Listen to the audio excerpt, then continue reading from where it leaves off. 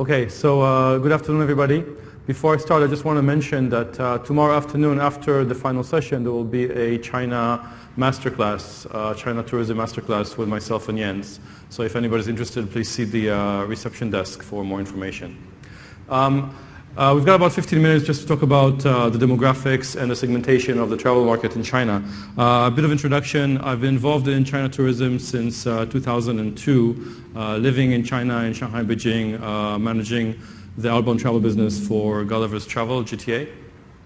And since 2005, set up ChinaContact to basically facilitate market entry for high-end luxury destinations to operators and hotel chains.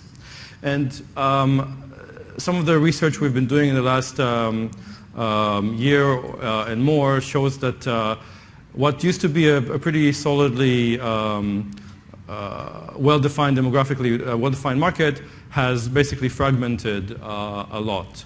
And that makes it both more difficult to market to them, but also much more exciting for many more niche and diverse players in the industry. Just very quickly, ChinaContact, we're market entry specialists, as I mentioned. We provide strategy, brand development, and direct access to the travel trade in China. And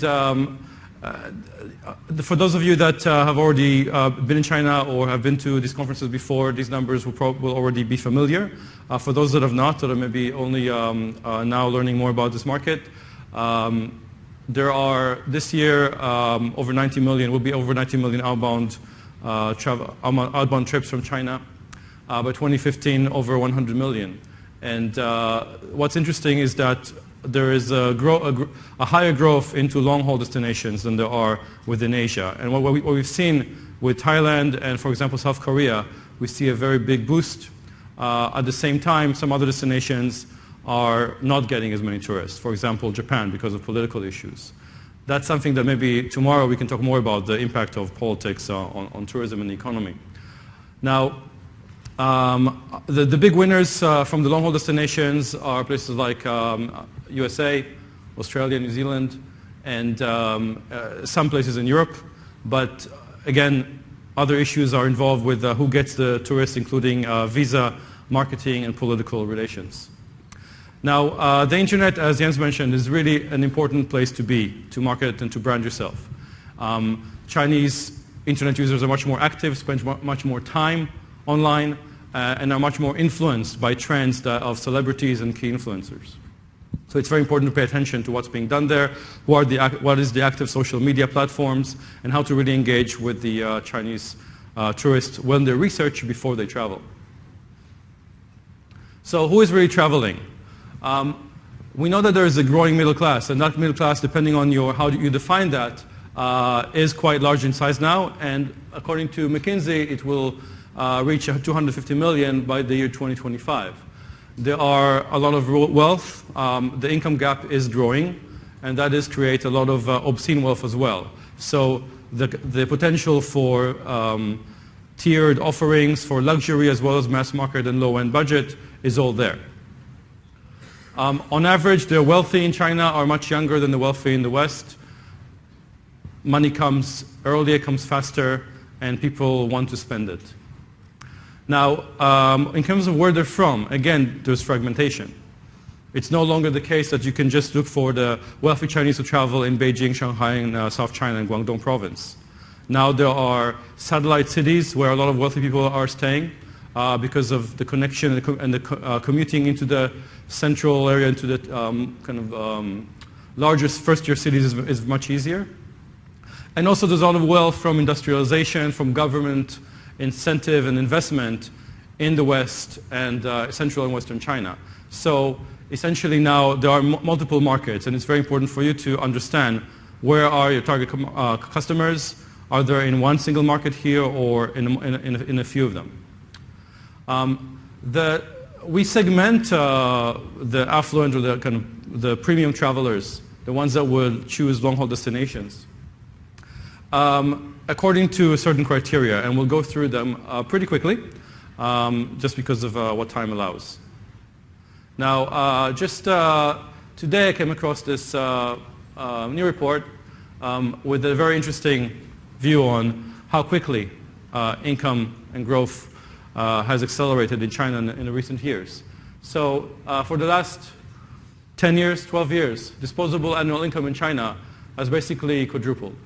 And that basically means that both the high end and the middle range, the middle class, is growing very quickly. And that's the reason why we've seen such a huge demand for tourism around the world from China.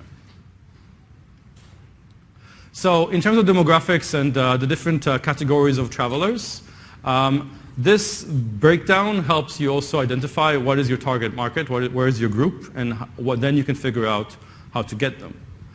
International sophisticates, we're looking at mid and high level executives in multinational corporations. People that have multiple degrees, have a good education, including Western education, relatively good English skills and other languages, comfortable around the world, living in first-tier cities, often own property abroad, often have a foreign passport or foreign residency permit, therefore less of an issue with the visa.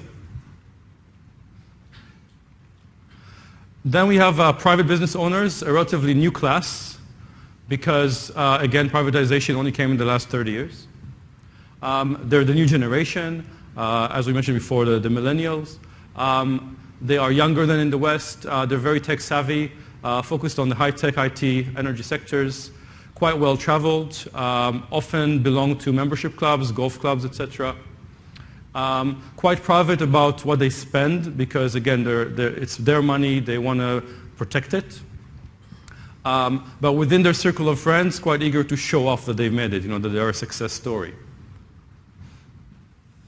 The nouveau riche are typically, again, self-made, so they tend to be slightly older, but the main differentiation with the private business owners is that they grew up in third, fourth-tier cities. They made their money from various industrialization, manufacturing, mining, trading. They tend to spend money on status, on showing off.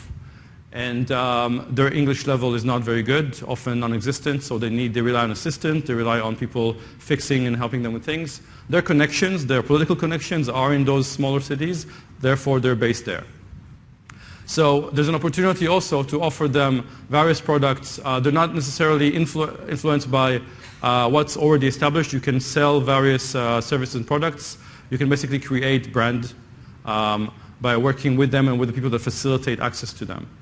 So when you hear about the various people spending tens and hundreds of thousands on watches and jewelry, etc., it's these kind of people. The second generation are the people born into wealth, born into money. Again, relatively young because this is a new phenomenon. They can be children of the wealthy classes that we spoke of before, or of government officials that are able to send their children abroad to study. So they attend the top universities in China, or they attend very good universities abroad. They're heavily influenced by their parents' lifestyle and what the parents want them to do, because again, they rely on their parents for so much. But they are growing, they grow up with luxury, they expect luxury. Their habits is staying at very nice hotels, looking for more boutique hotels rather than the business hotels or the big brands that their parents may have gotten used to.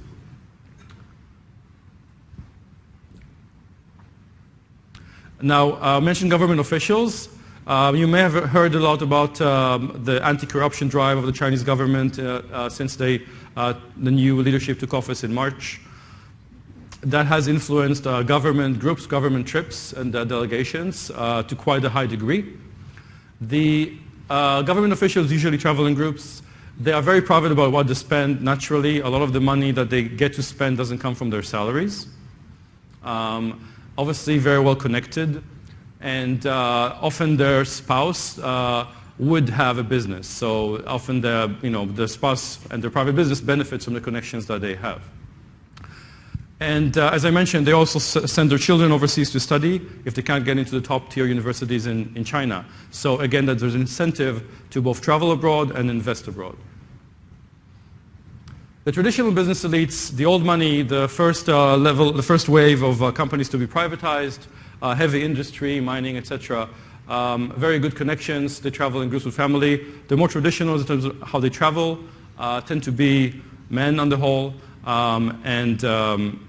They mix business delegations with shopping and travel. Again, their children will often be the second generation we talked about. And finally, you have the aspirational business class, which often is influenced by the different kinds of demographics we've seen before. Often this is middle management, white-collar workers, tend to travel first within Asia, and then after that, when they get more, braver and more experienced, they would also go to long-haul destinations. What's true for them is that a lot of they will book by themselves, or if they have to do with a travel agent, but they will do a lot of research online and very influenced by what's being said online about the products and destinations. So we just got some content about what Chinese are saying about hotels. This is taken from Trust You System, and it's about hotels within China. And I thought it's just interesting to look at what the Chinese reviewers on Chinese review sites, Chinese language review sites, are saying about their experience. So what's interesting again is that the mentions on the reviews tend to be about the room versus other facilities. When it comes to separating luxury hotels and economy hotels, so service tends to be 12% of all the reviews. On luxury hotels, service tends to be quite high in terms of the reviews. But on economy hotels, bad service, higher percentage than among the luxury reviews. So common complaints that we've seen are about the service being impolite, abrupt. I think we know already that in China there's an issue with high quality service because of things like training and staff turnover, etc. But the Chinese guests also expect a higher service from international chains, from luxury chains, than they would from local Chinese chains. On the pricing, you see that there's not much complaints on pricing for luxury hotels, but on economy hotels, there's more in terms of complaints about prices. And when it comes to location, again, luxury hotels, a lot of mention of a good, convenient location, whereas there's a higher incidence of bad location reviews for economy hotels. So overall, the booking experience in terms of reviews, I think that this again talks to OTAs within China, that on technology and the user experience side still have a way to go if you compare it to OTAs abroad. So there's a complaint about the inability to cancel online, for example, or to get automatic refunds. We see that quite a lot. So I think that's something that definitely OTAs in China need to think about, and foreign OTAs can actually take advantage of when they're going into China. So again, some tips of what you can do to improve, and I think that relates to both hotels in China and outside of China. Making sure that you train the staff to know how to deal with Chinese customers. And of course, ensuring that you monitor reviews and respond to them. Now, the platforms in China where users post reviews, they're not just TripAdvisor. These are the reviews that Trust You monitor, but there's different platforms here like Daodao, Luping, Agoda, Google+, etc. But of course, there's many other Chinese review sites, including the big OTAs, Ctrip, Elong, Qunar, and MetaSearch. They all have review sites. So, how are we on time? I think if you wrap it up, we're good. Okay. So just a final slide on the motivation. The reasons that people travel often is not just about purely leisure. We heard before that people are very stressed and need to kind of have some relaxing time. That's very important. Usually they're also motivated by the reason to enhance their status, to basically show off of their travel experiences and show the pictures, expanding their international network. Also looking at investment and education, very important motivators. And self-fulfillment, especially we mentioned with stress, health issues, food scares, etc. in China. The idea of seeking health and beauty, relaxation is very important. Thank you very much.